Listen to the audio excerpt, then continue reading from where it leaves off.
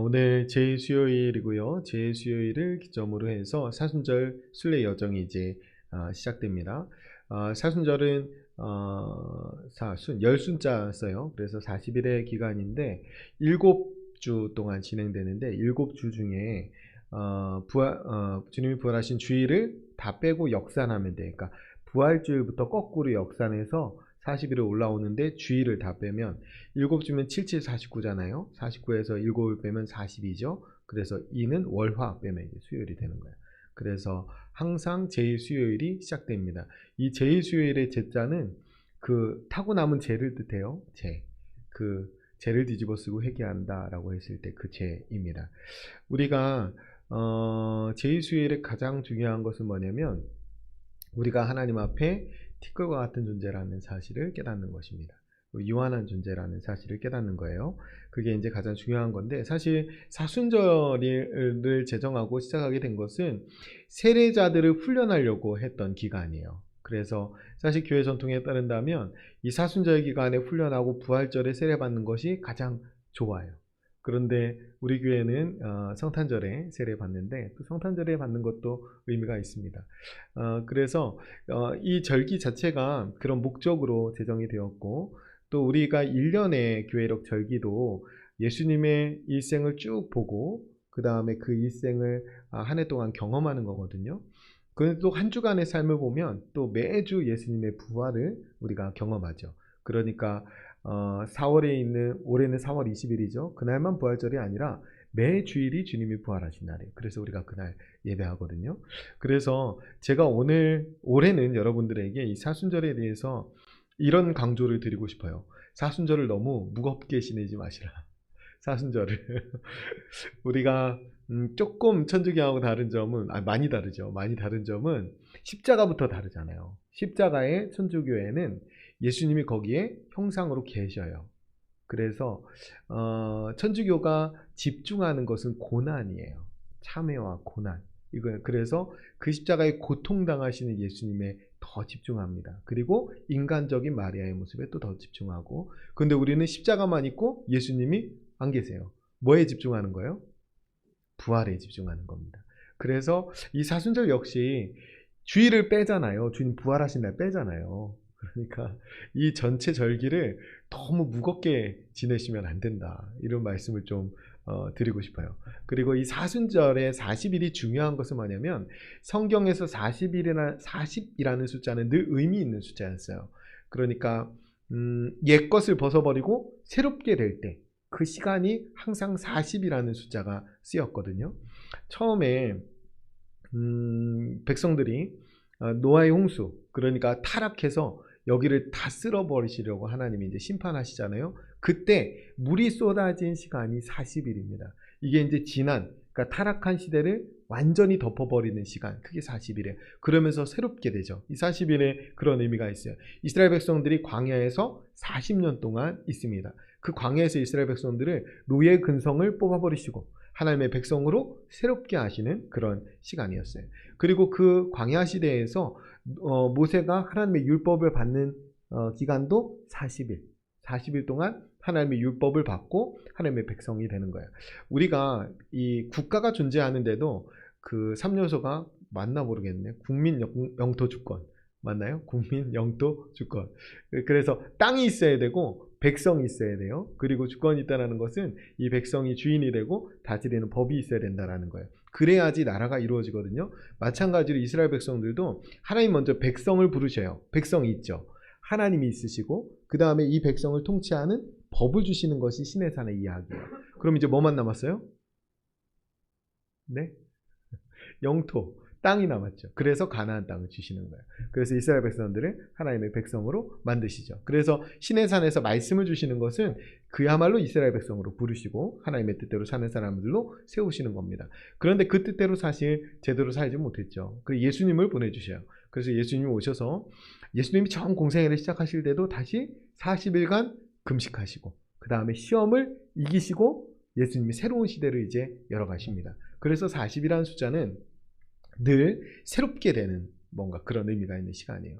그래서 우리가 이 사순절을 내가 무겁게 지내는 시간이 아니라 내가 좀 새로워지는 시간이라고 이렇게 생각하셨으면 좋겠어요. 그러니까 사순절 순례의 여정을 통해서 우리가 좀 변화되는 게 중요합니다. 새롭게 변화되고 성숙해가는 거 중요해요.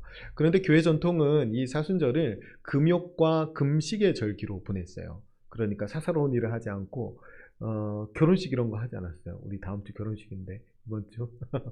그런데 뭐 그걸 그렇게 율법적으로 지키질 않는데 전에는 이거 아주 철저히 지켰었죠. 그리고 오락을 금하고 뭐 이렇게 페스티벌 같은 거 하지 않았어요. 이 사순절 기간 동안에. 그런데 그렇게 했던 근본적인 이유가 뭘까 생각해 보면 그것은 하나님께 집중하기 위해서 했던 거예요. 그러니까 내가 좀 삶에서 정돈해야 될 것들을 좀 정돈하고 하나님께 집중하려는 노력들을 평소보다 좀 더 하면 좋겠다라고 생각합니다. 금욕하는 거, 그러니까 세상으로부터 좀 떨어져서 우리가 주일 예배도 그렇잖아요. 예배당에 나오는 거, 새벽에 예배당에 나오는 거, 그 세상으로부터 좀 떨어져서 하나님께 더 집중하기 위해서입니다. 그래서 금식이 힘든 사람 있잖아요. 저는 금식이 힘든데 중요한 것은 하나님께 가까이 나오는 거예요. 그래서 저는 사순절에 여러분에게 저나 여러분이 지켜야 될 거 무거운 것을 드리고 싶지 않습니다. 다만 전보다 이 기도하는 이 하나님이 세우신 교회 예배당에 한 번씩 더 오셨으면 좋겠어요. 그러니까 세상에 보내는 시간보다 하나님께 나와서 좀 기도하고 하나님 앞에 머무는 시간을 좀 더 많이 가지면 우리 마음이 하나님께 집중할 수 있겠죠. 그렇게 집중하면서 좀 변화되는 시간을 가졌으면 좋겠습니다. 그 다음에 자연스럽게 했던 일이 자선이에요. 물론 이 언어는 자선이라는 거지만 의미상으로는 사실은 하나님께 받은 사랑을 깨닫고 그 사랑에 반응하는 것이었어요. 그러니까 하나님이 주신 힘으로 가난한 사람들이 생각했죠. 왜 그러냐면 나는 그냥 흙이고 흙으로 돌아갈 그런 하찮은 존재인데 나를 구원해 주신 은혜에 너무 감격해서 내가 고아갖고 가봐갖고 나그네와 같았는데 이제 그 사람을 보면 내 옛날 모습이 생각나서 돕고 싶어지는 거예요. 그래서 자선을 했다는 거고, 그 다음에 당연히 한 것은 기도입니다. 무언가를 얻어내기 위한 기도가 아니라 우리가 쉽게 기도를 호흡이라고 이야기하기도 하고 대화라고 하기도 하는데, 호흡이라고 정의한다면 좀 사순절 기간에 호흡을 가지런히 하는 거예요. 그러니까 사순절만 숨 쉬고 그 다음부터 숨 안 쉬면 안 되잖아요. 제가 우려하는 건 이런 거예요. 사순절에 딱 막 사순절에 막 뭔가를 집중해서 막 하고 나면 그 다음에 다시 쭉 떨어져 가지고 안 하는 거, 이런 거는 바람직하지 못하고 이때 호흡을 좀 가지런히 하고 좀 정돈된 호흡을 갖춰서 이걸 쭉 가져야 되는 거예요. 그래서 기도의 호흡을 좀 회복하는 시간이다. 기도를 배우는 절기다. 이렇게 생각하시면 좋겠습니다. 교회 전통에서는 1년 전에 이제 종려나무 가지 흔들면서 종려주의를 보내거든요. 그 1년 전에 흔들었던 가지가 마른 것을 1년 후에 태워서 재가 남은 것을 재를 갈아서 이마에 이제 십자가를 그려주면서 흑인이 흙으로 돌아갈지니라 이렇게 말해주는 거죠. 창세기 말씀인데 이거 뭐냐면 우리가 유한한 존재라는 것을 자각하라는 거예요. 우리가 왜 유한합니까? 왜 죽어요? 죄인이라 죽어요. 어려운 거 아닌데 죄의 싹은 사망, 죄의 결과는 사망입니다. 우리가 죽는 거. 그래서 저 사람은 참 예수 안 믿어도 천국 갈 것 같은데 안 죽는 사람 있습니까? 다 죽어요. 그것은 죄가 있다는 거고 죄의 결과라는 거예요. 그래서 우리가 이 죄의 수요일에 인간의 유한함에 대해서 깨달아야 돼요. 그리고 우리가 죄인이라는 사실. 우리가 세상에서 겪게 되는 갈등과 다툼의 대부분을 보면 각자 자기가 유한하다는 생각을 안 해요. 지금도 여전히 전쟁하고 있잖아요. 그잖아요? 전쟁이 금방 끝날 것 같은데 사실 지금까지 계속되고 있는데 좀 변화가 있는 것 같아서 좀 다행스럽긴 하지만 그 사람들이 영원히 사는 거 아니거든요. 그 대통령이나 아니면 그 통치자들이 영원히 사는 거 아닌데 마치 영원히 사는 사람들처럼 전쟁을 한다는 거예요. 그 갈등과 다툼은 사실 어떻게 보면 우리가 이미 인식하고 있는데 그걸 잘 잃어버려요. 뭐냐면 우리는 불멸의 존재가 아니거든요. 그런데 불멸의 존재인 줄 착각하는 거예요. 마치 영원히 사는 것처럼 욕심부리고 영원히 사는 것처럼 아둥바둥 살아갑니다. 오늘 이제 고성호 목사님 발인 예배를 하고 장례를 이제 다 마쳤는데요. 저는 화장 예배까지만 가고 이제 몇 분의 목사님들이 이제 발인까지 가셨다가 아까 한 5시, 4시경에 다 마치셨다고 전화 통화 한번 했었는데 55세세요. 그리고 제가 여기 교회에 왔을 때 저에게 좋은 교회는 이런 곳이야 라고 하면서 많이 나에게 얘기해 줬어요. 그리고 성도님들을 많이 사랑하셨달래 느끼는 것이 성도님 누구 이름을 얘기하면서 이런 분이야 이렇게 좋아. 그러니까 그 성도님들이 참 좋다는 얘기를 나한테 많이 했고 그러면서 만날 때마다 버텨 라고 얘기했어요. 버티라고. 목회는 버티는 거야. 그런데 그 목사님이 정말로 지하에서 개척교회에서 버틴 거죠. 사실은 강대상 밑에서 잠바디 집어 쓰고 기도하다가 건강을 사실 다 잃은 거예요. 그리고 진짜로 지상으로 올라오고 다 그 기뻐하던 게 지금 막 눈에 선해요. 그런데 지금 오늘 아침에 우리가 이제 예수님이 제자들 파송하면서 하나님 나라를 위해서 보내면서 아무것도 가지지 마라 이렇게 하잖아요. 그 다음에 두버릇도 가지지 마라. 근데 그때 하나님이 능력과 권위를 주신 다음에 그 말을 하시고 어느 집에 들어가서 안 받아들이면 그냥 발 떨고 나와라. 그리고 어디 집에 들어가서 받아들이면 있어라. 되게 사실은 뭐 이게 좀 초라한 것 같은 거예요. 전도자의 삶이. 그렇잖아요. 그러면서 제가 그 묵상하면서 하나님이 전도자로 사는 사람에게 두 가지를 요구하시는데 하나는 욕심을 버리는 것과 하나는 자존심을 버리는 거구나 이렇게 생각했어요. 사실 능력과 권위를 주면 그게 구체적으로 오늘 본문에는 병고침이라고 나오거든요. 병 고쳐주면 돈 얼마든지 받을 수 있습니다. 그런데 그 능력 주시고 돈 받고 먹지 말라라는 거예요. 그러고 보내신 거거든요. 그러니까 욕심 부리지 마라.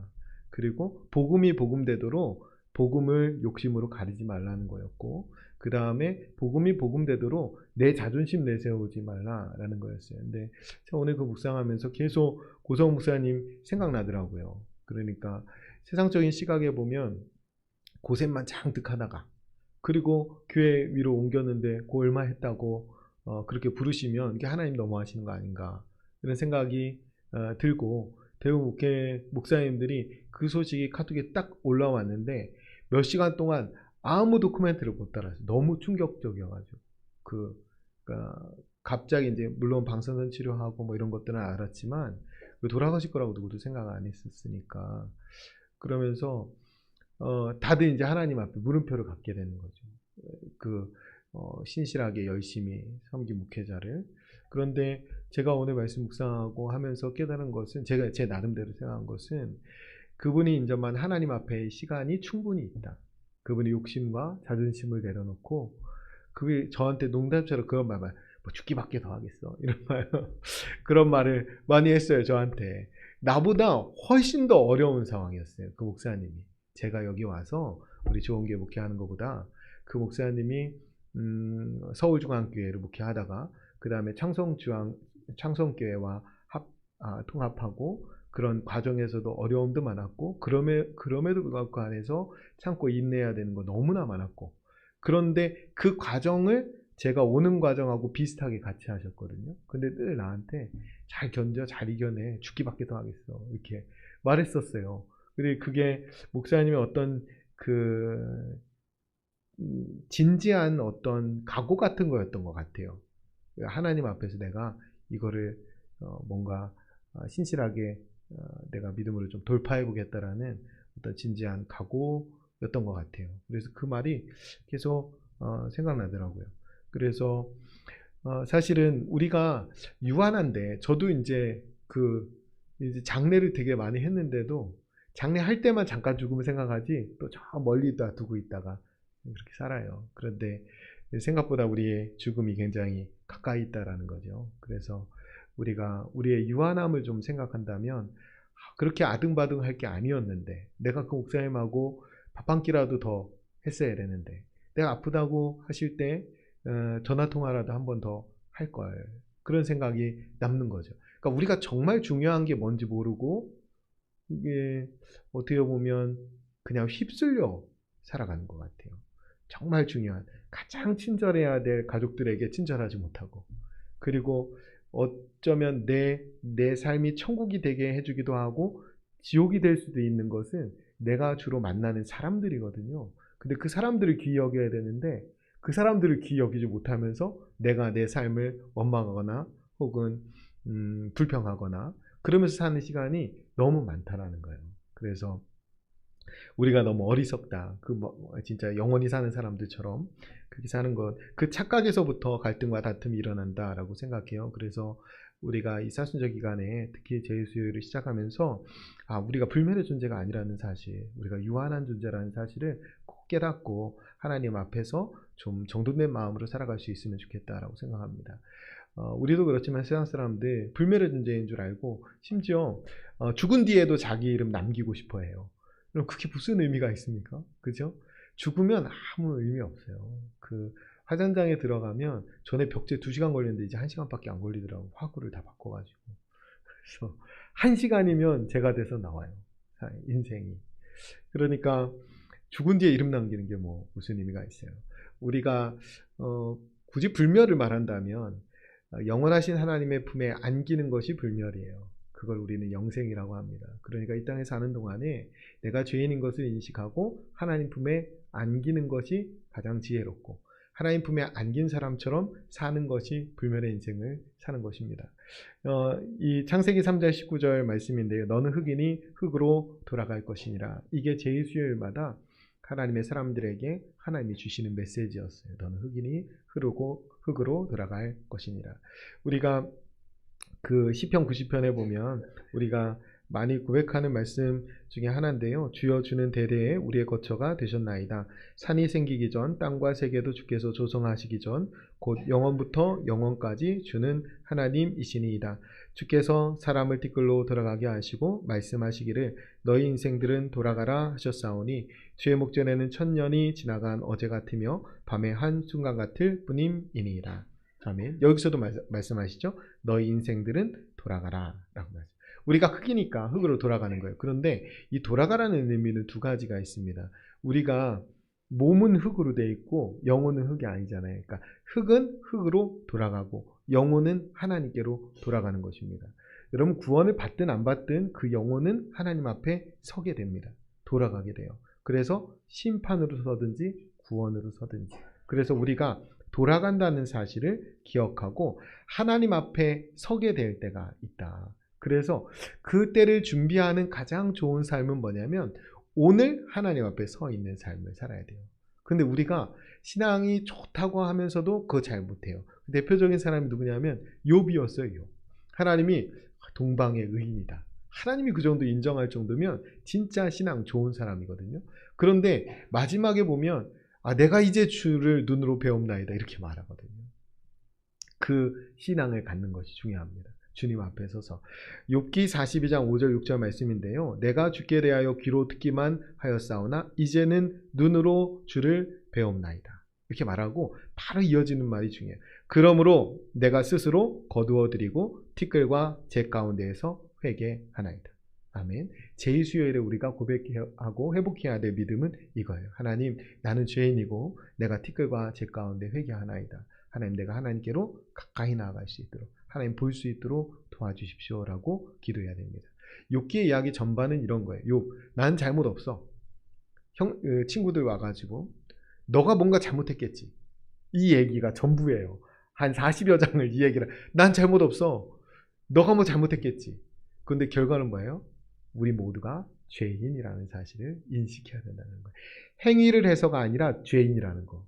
여러분 이게 되게 중요합니다. 우리가 유한한 존재라는 사실을 깨닫는 건 뭐냐면 죄인이라서 죽는 거예요.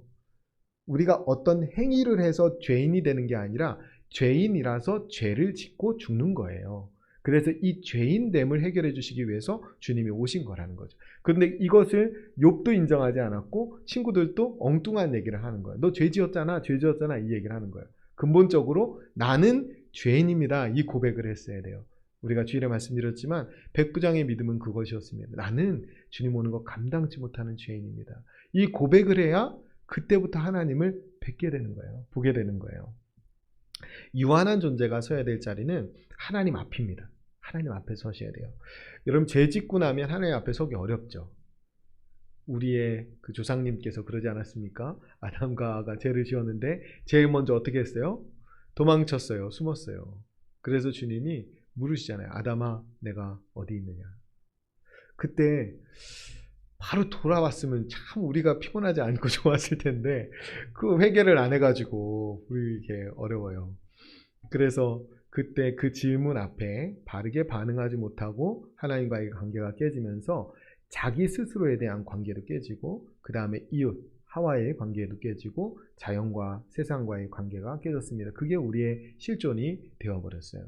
그래서 우리에게 주님이 필요한 것이고, 그런데 그렇게 깨어지고 난 다음에 제일 먼저 일어난 범죄가 뭐였냐면 가인과 아벨의 범죄였습니다. 그때도 하나님이 또 한 번 질문하셔요. 가인에게. 맨 처음에는 아담아 내가 어디 있느냐 이렇게 질문하셨죠. 두 번째는 범죄했을 때 뭐라고 질문하세요? 가인아 네 동생이 어디 있느냐. 이 두 질문이 저는 굉장히 중요하다라고 생각합니다. 유한한 인간이 살아가는 방식은 첫 번째 하나님 앞에 서야 돼요. 두 번째 연약한 사람들이 서로 돌보며 사랑하며 서로 의지하면서 살아갔어야 돼요.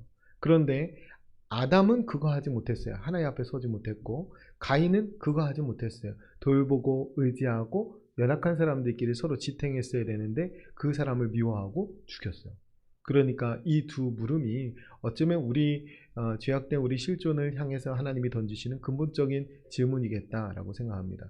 그래서 이 제2수요일에 우리가 이 두 질문을 담고 이 사순절 순례여절 가면 좋겠어요. 아담아 내가 어디 있느냐. 가인아 내 동생이 어디 있느냐. 우리가 그 질문 속에서 그런 것들을 깨닫는 거죠. 스스로 죄인됨을 깨닫고 그리고 스스로 다른 사람을 돌보고 사랑하지 못했던 죄악을 깨닫고 이 두 가지를 깨닫는 시간이 이 사순절이 되어야 합니다. 하나님을 떠나고 나니까 형제를 사랑할 수 없었어요. 구원은 뭐예요? 하나님과 다시 연결되는 거죠. 하나님께 돌아오고 나니까 그럼 뭘 해야 돼요? 형제를 사랑해야 돼요. 그러니까 사순절을 잘 보내면 어떤 결과가 나와야 되겠어요? 형제를 사랑하는 결과가 나와야 됩니다. 그래서 오늘 말씀에서 우리가 첫 번째 할 일은 뭐냐면 하나님께 들어왔으니까 하나님과 화목해야 돼요. 이게 이제 5장 20절 21절에 나오잖아요. 하나님과 화목하라. 그러면서 6장 1절에 하나님의 은혜를 헛되이 받지 말라고 그래요. 은혜 받고 이기적이 되는 게 제일 헛되게 받는다 저는 생각해요. 은혜 받았으면 다른 사람이 보여야 돼요. 은혜 받았으면 내가 가인이었다 할지라도 아벨이 보여야 합니다. 그러니까 하나님의 은혜를 헛되이 받지 말고 6장 2절을 보면 지금은 은혜 받을 때요 지금은 구원의 날이다 이렇게 말하죠. 지금 이 사순절 순례 여정 기간이 구원받을 때고 은혜 받을 때입니다. 우리가 이때 은혜 받는 게 뭐예요? 하나님과 화목하는 겁니다. 하나님과 화목할 수 있는 은혜를 구하고 하나님께로 더 가까이 나아가고 전보다 더 예배당을 찾고 기도실을 찾고 그래서 하나님의 은혜를 경험하면서 하나님과 화목해야 돼요.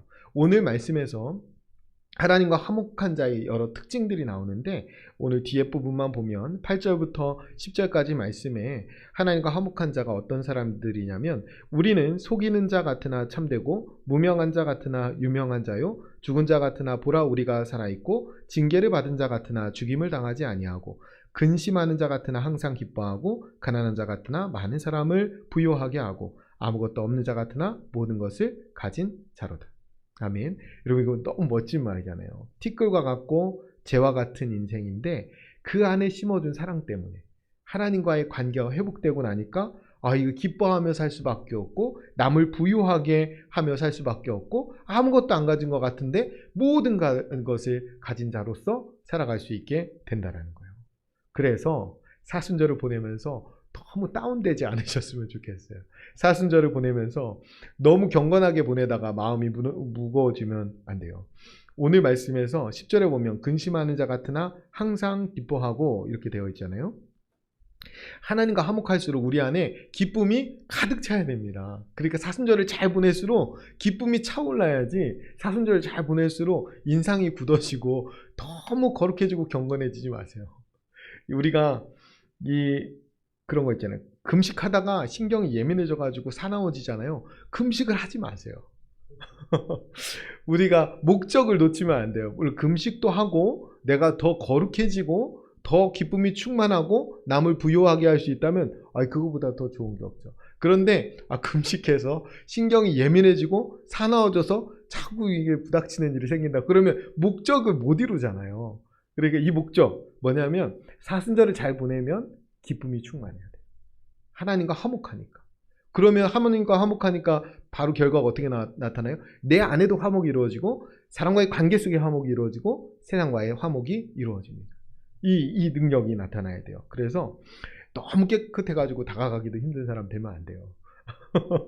너무 거룩해서 그렇게 하지 마시고 막 이렇게 오랜만에 친구가 전화해서 밥 먹자 했는데 나 사순절 금식해야 돼.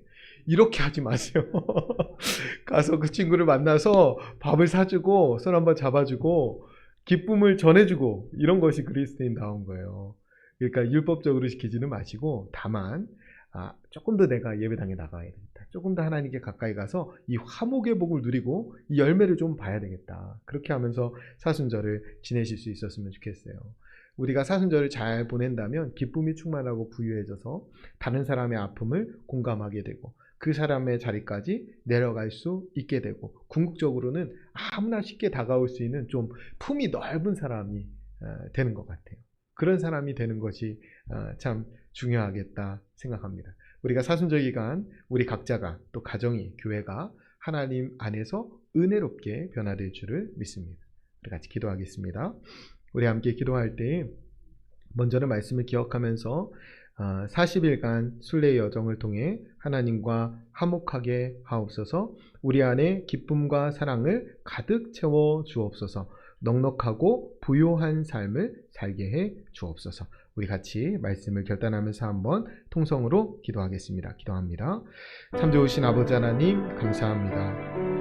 하나님 오늘 생명의 말씀으로 우리에게 찾아와 주셔서 하나님이 제 수요일을 은혜 가운데 시작하게 해주시니 참 감사합니다. 하나님이 사순절 기간 우리 각자가 우리의 가정이 우리 교회가 은혜 가운데 더 변화되고 새로워질 것을 저희들 기대합니다. 하나님 사순절 순례 여정을 통해 하나님과 화목하게 해 주시옵소서. 아버지 예배당에 더 많이 나오게 하시고 기도의 자리를 더 많이 지키게 하시며 기도의 호흡을 회복하게 도와주시고 하나님과의 관계가 더 깊어질 수 있는 은혜를 허락하여 주시옵소서. 거룩하신 아버지 하나님 우리 안에 기쁨과 사랑을 가득 채워주시기를 원합니다. 우리가 하나님과 화목하게 될 때에 우리에게 예수 그리스도의 사랑을 충만하게 부어주셔서 아버지 그 사랑으로 우리가 형제를 사랑하며 형제를 섬기며 이웃을 사랑하며 이웃을 섬기며 살아갈 수 있게 되는 줄을 분명히 믿습니다. 아버지의 사순절 순례 여정 하나님께 더 가까이 나아가 화목할수록 우리에게 무엇이 하나님의 사랑과 은혜를 더 많이 경험하는 믿음의 사람들이 되게 하여 주시옵소서. 아버지 그래야 해서 우리가 넉넉하고 부유한 삶 살아가는 하나님의 사람들 되기 원합니다.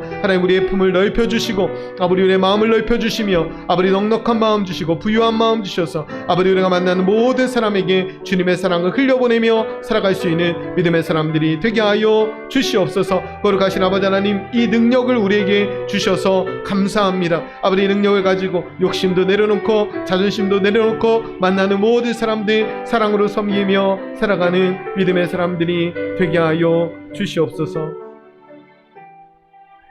우리 오늘 한 번 더 같이 기도할 때요. 우리 고성은 목사님 가정 위해서 한번 기도했으면 좋겠습니다. 우리 김미영 사모님, 우리 고선민 자매 가정이 하나님의 은혜 가운데에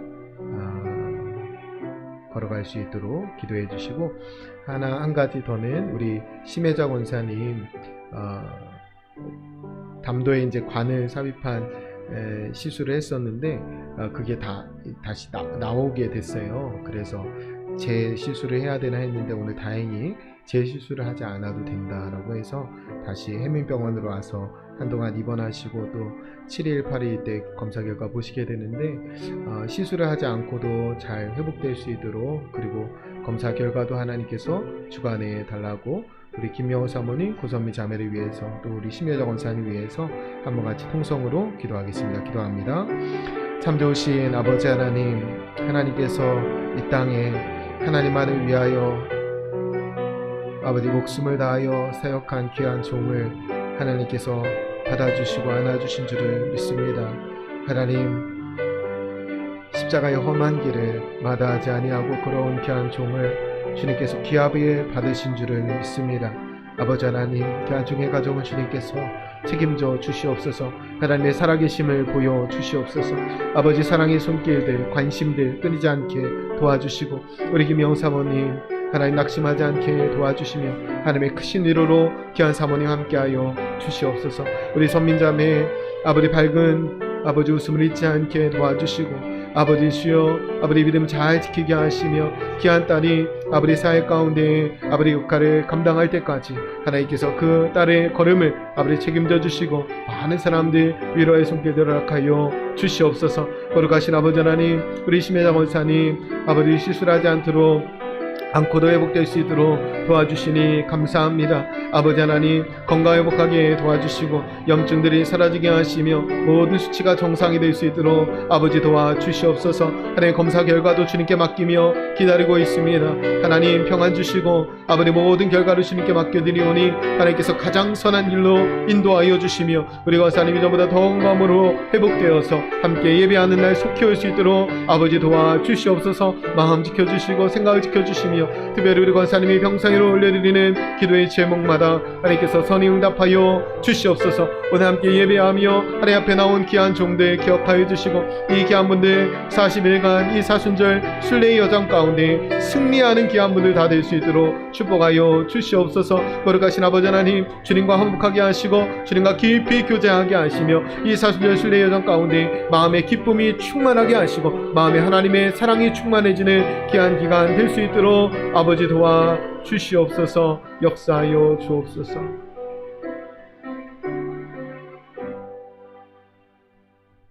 은혜로우신 아버지 하나님, 오늘 예배 가운데에 하나님 우리에게 은혜 주셔서 참 감사합니다. 받은 은혜 결단하며 기도하였는데 하나님께서 이 40일 순례 여정 가운데 우리와 함께 하시며 우리의 믿음을 굳게 해 주시고 우리가 하나님 앞에서 아름답게 변화되고 성숙해 되는 그런 아름다운 기간이 되게 해 주실 줄을 믿습니다. 하나님, 우리 고성우 목사님 귀한 가정을 하나님께서 책임져 주시고 하나님의 살아계심을 보여주실 줄을 믿습니다. 많은 사람의 사랑과 위로가 끊이지 않게 도와주시고 하나님 안에서 힘을 얻는 믿음의 가정이 되게 하여 주옵소서. 하나님, 우리 심혜자 권사님 제 실수를 받지 않고도 회복될 수 있도록 도와주시니 감사합니다. 많은 사람들 함께 기도하고 있사오니 하나님께서 역사하여 주셔서 깨끗하게 치료되고 회복될 수 있도록 인도하여 주옵소서. 사순절 순례 여정을 각자의 다짐과 기도 가운데 시작합니다. 귀한 분들의 삶 가운데 동행하여 주셔서 이 귀한 분들이 아름다운 열매 맺는 복된 사순절 되게 하여 주옵소서. 이제는 우리 주 예수 그리스도의 은혜와 하나님의 사랑과 성령님의 교통하심이 이 사순절 순례의 여정 하나님과 화목해 되고 기쁨이 충만하게 될 이 여정을 기대 가운데 시작하는 모든 하나님의 권속들 위해 이제로부터 영원토록 함께해 주시기를 간절히 축원하옵나이다. 아멘.